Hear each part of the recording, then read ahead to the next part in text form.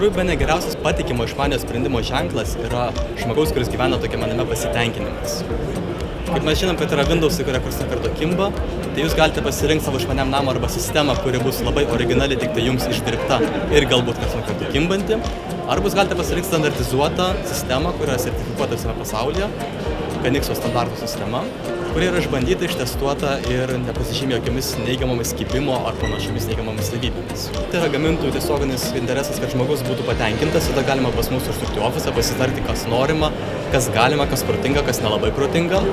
Ir lygiai taip pat, jeigu kyla abejonius dėl diegėjo kvalifikacijos, dėl sprendimo galimybių, šiais laikais yra internetas ir atsiliepimo, tai Canixo puslapyje galima susirasti labai lengvai sertifikuotų diegėjų Lietuvos sąrašus ir pamatyti, ar tas žmogus, su kuriuo vyksta dabar pokalbis, ar jis yra sertifikuotas, ar jo žinios yra teisingos, tikros. Paprasčiausia, aišku, žmogų yra atkreipdėmėsi sertifikato buvimą nebuvimą. Čia yra lengviausias žmogų patikrinantis dalykas.